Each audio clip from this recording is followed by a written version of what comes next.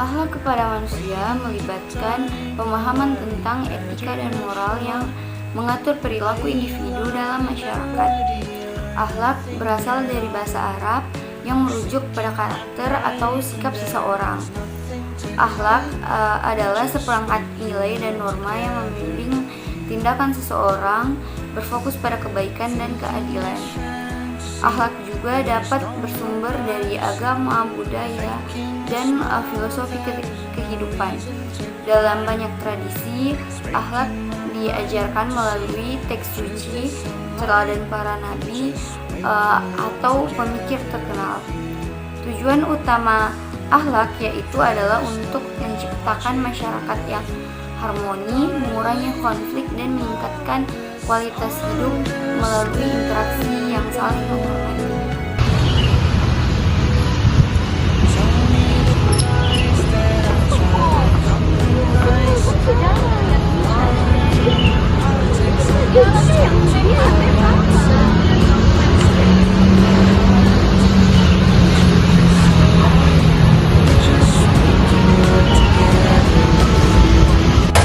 Nah, telah terjadi perselisihan antara sesama manusia pada video sebelumnya, di mana apabila kita saling papasan dengan orang kita kenal maupun kita tidak kenal, baik secara sengaja maupun tidak sengaja, seharusnya kita menyikapinya dengan baik-baik, bukan dengan marah-marah secara tidak jelas karena masalah sepele tersebut.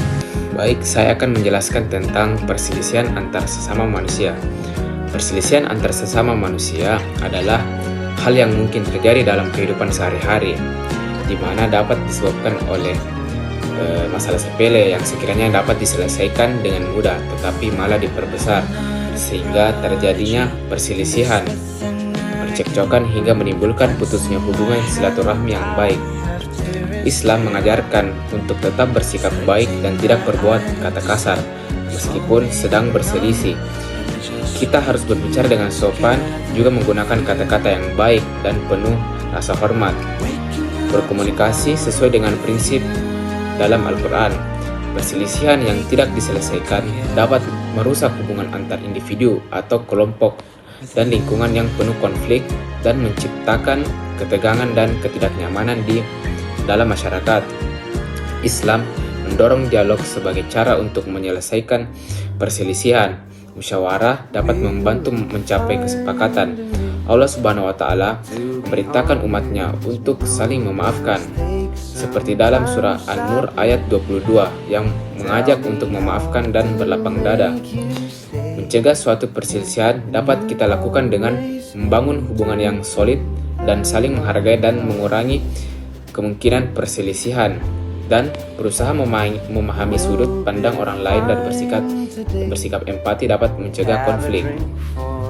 Seseorang muslim adalah saudara bagi muslim yang lainnya.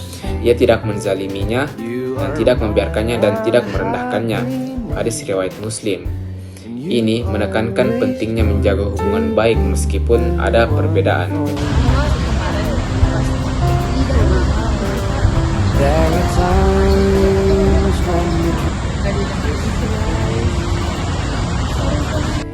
Nah, kita tidak boleh melakukan perilaku tidak terpuji seperti yang dilakukan tadi. Seharusnya kita mendengarkan secara seksama dan menghargai apa yang orang ingin sampaikan kepada kita. Dengan mendengarkan mereka secara seksama merupakan salah satu contoh dari akhlak terpuji.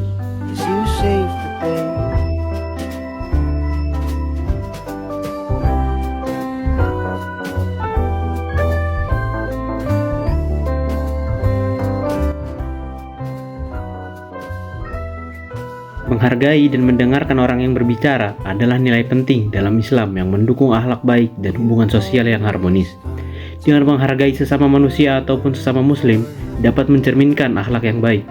Islam mengajarkan umatnya untuk saling menghormati dan menghargai satu sama lain, seperti pada hadis Nabi yang berbunyi, apabila seseorang berbicara, maka hendaklah ia mendengarkan dengan baik. Hadis riwayat Ahmad.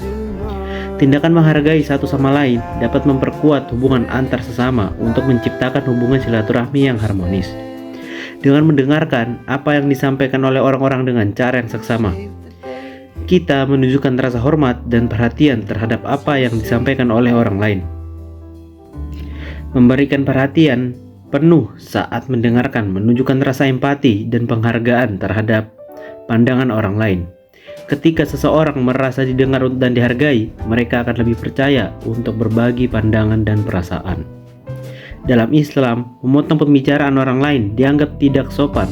Memberikan kesempatan untuk menyelesaikan pembicaraannya adalah bagian dari etika berbicara. Out on the weekend, traffic's a bitch and parking's a pain. Central Jakarta is looking pretty in the pouring rain. Yeah. And I'm so sick of Nah dreaming. teman-teman, dari video sebelumnya bahwasanya dengan meningkatkan kepedulian antar sesama dapat memberikan banyak manfaat bagi kita. Nah dimana itu apabila kita melihat orang yang sedang kesusahan ataupun sedang membutuhkan bantuan, kita perlu untuk membantunya. Nah dengan membantu sesama manusia dengan meningkatkan kepedulian antar sesama merupakan akhlak yang baik dalam kehidupan kita.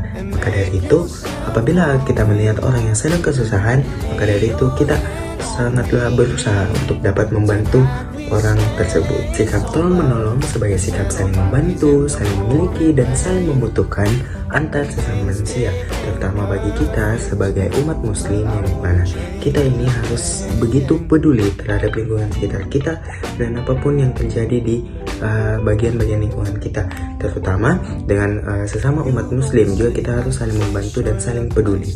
Nah itu sikap ini dapat kita lakukan dengan cara membantu orang yang sedang kesusahan, membantu teman kita, dan lain-lain sebagainya yang dapat kita implementasikan dalam kehidupan sehari-hari. Membantu sesama manusia dapat memberikan banyak manfaat kepada kita.